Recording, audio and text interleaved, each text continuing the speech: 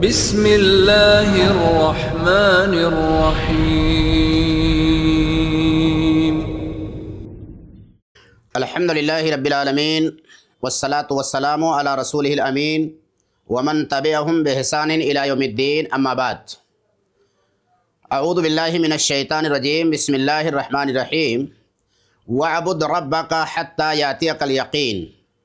وقال النبی صلی اللہ علیہ وسلم: احب العامال الی اللہ ادومها وان قل وکلفوا من الاعمال ما تطیقون، رواہ البخاری۔ محترم ناظرین کرام، ہماری اور آپ کی زندگی میں رمضان کا مہینہ جلوہ گر ہوا اور وہ چند دنوں پہلے ہم سے اور آپ سے رخصت ہو گیا۔ رمضان کے اس مقدس مہینے میں ہم نے عبادات میں غیر معمولی دلچسپی دکھائی۔ ہماری مسجدیں نمازیوں سے آباد تھیں۔ ایسے ہی ہم نے اللہ رب العالمین کے راستے میں خرچ کیا، انفاق فی سبیل اللہ کا عملی مظاہرہ ہم نے کیا، اور رات کی تاریکیوں میں قیام اللیل کا اہتمام کیا، تراویح کی نماز پڑھی، تلاوت قرآن مجید کرنے اور سننے کا ماحول تھا۔ ایک دوسرے سے محبت، ایثار، ایک دوسرے کی خدمت، تحفے اور ہدایے کے مناظر بھی ہمارے اور آپ کے سامنے آئے۔ بہت سارے ایسے لوگ جو بے نمازی تھے، سال کے 11 مہینوں میں انہوں نے مسجدوں کا رخ نہیں کیا تھا، وہ مسجد کے صف اول میں نظر آئے۔ مگر افسوس اور بدقسمتی یہ ہے کہ ہمارے بہت سے احباب جنہوں نے رمضان میں خوب سے خوب تر عبادات کا اہتمام کیا تھا، شوال کا چاند دیکھتے ہی مسجدوں سے نمازی غائب ہو گئے، مسجدیں ویران ہو گئیں، اور قرآن مجید کو ہم نے طاقوں اور الماریوں میں سجا کر کے رکھ دیا۔ تراویح، قیام اللیل اور تہجد تو دور کی بات ہے، ہم میں سے بہت سارے احباب فرائض سے غافل ہو گئے۔ سوال یہ ہے کہ کیا ہمارا ایمان اتنا کمزور ہے کہ حالات کا سیل رواں بہا لے جائے؟ رمضان گزر گیا، لیکن سوال یہ ہے کہ رمضان کے گزر جانے کے بعد ہماری اور آپ کی ذمہ داری کیا بنتی ہے؟ پہلی ذمہ داری ہماری اور آپ کی یہ بنتی ہے کہ ہم نے رمضان کے مہینے میں جس انداز سے بھی نیکیاں کی تھیں، ان نیکیوں کی قبولیت کی فکر ہونا چاہیے۔ نیکی کر کے تقوی پیدا کرنا رمضان کا مقصد تھا۔ اللہ رب العالمین نے قرآن حکیم میں فرمایا: یا ایھا الذین آمنوا کتب علیکم الصیام کما کتب علی الذین من قبلکم لعلکم تتقون۔ ایمان والو، تمہارے اوپر روزہ فرض کیا گیا، تم سے پہلی امتوں پر بھی روزہ فرض تھا۔ روزے کی فرضیت کا مقصد صرف اور صرف یہ ہے کہ تاکہ تمہارے اندر تقوی اور دینداری پیدا ہو جائے۔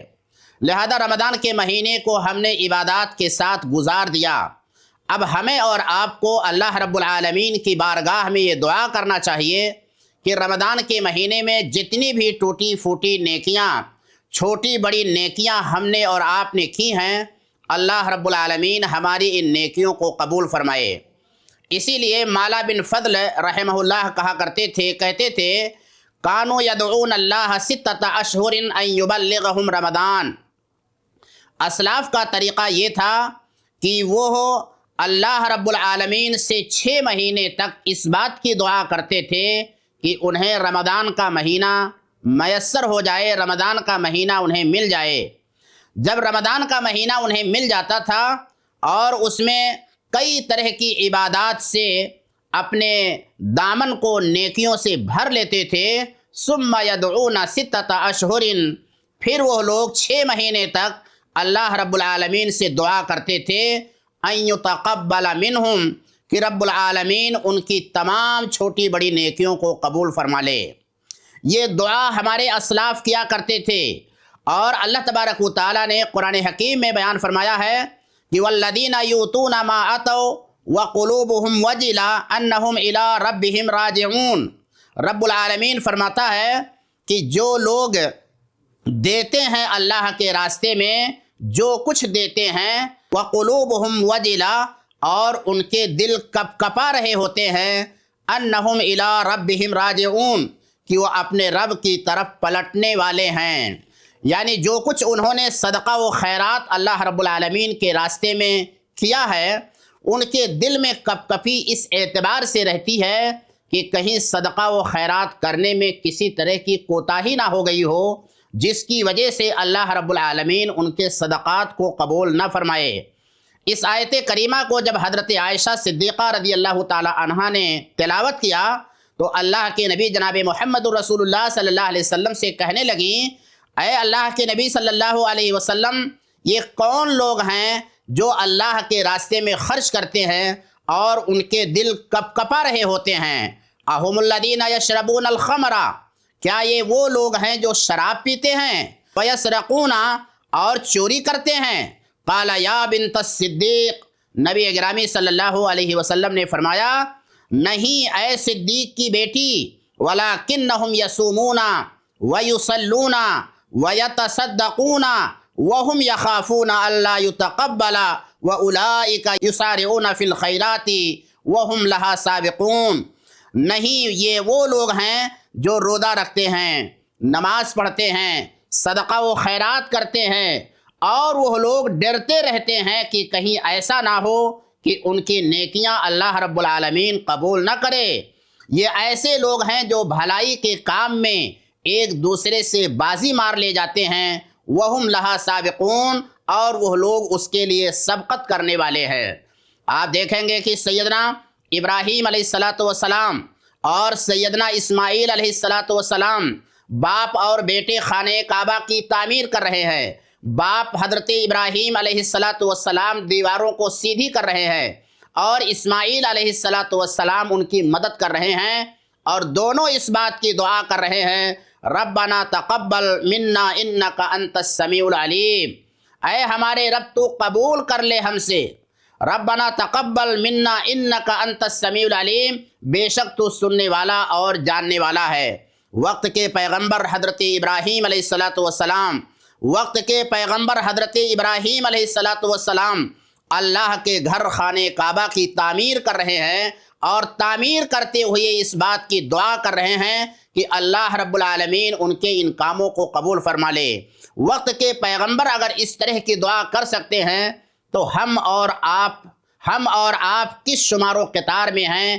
ہمیں واقعتاً ان سے کہیں زیادہ اللہ رب العالمین سے دعا کرنا چاہیے کہ رب العالمین ہم نے رمضان کے اس مقدس مہینے میں جو بھی ٹوٹی پھوٹی نیکیاں کی ہیں، چھوٹی بڑی نیکیاں کی ہیں، رب کائنات تو اپنے فضل و کرم سے اسے قبول فرما لے۔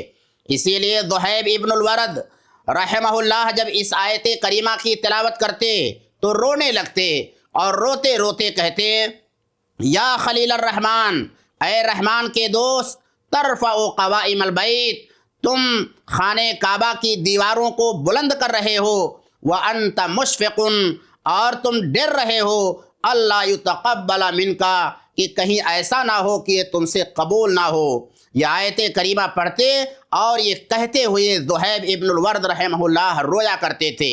لہذا نیکیوں کی قبولیت کی فکر امت مسلمہ کے ہر فرد کے اندر ہونی چاہیے۔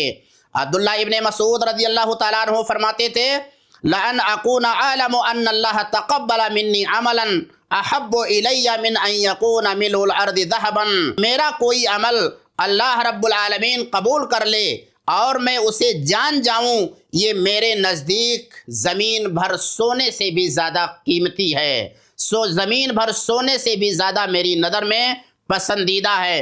لہذا ہم نے اور آپ نے نیتوں کو درست کر کے سنت کے مطابق جو کام کیا ہے، اس اعتبار سے ہمیں اور آپ کو اللہ رب العالمین سے نیکیوں کی قبولیت کی دعا کرنا چاہیے۔ اور کسی بھی نیکی کی قبولیت کے لیے یہ ضروری ہے کہ ہمارے اور آپ کے دلوں میں تقوی ہو، اس لیے کہ اللہ تبارک و تعالیٰ کہتا ہے، انما یتقبل اللہ من المتقین، بے شک اللہ رب العالمین متقیوں کے اعمال کو قبول کرتا ہے۔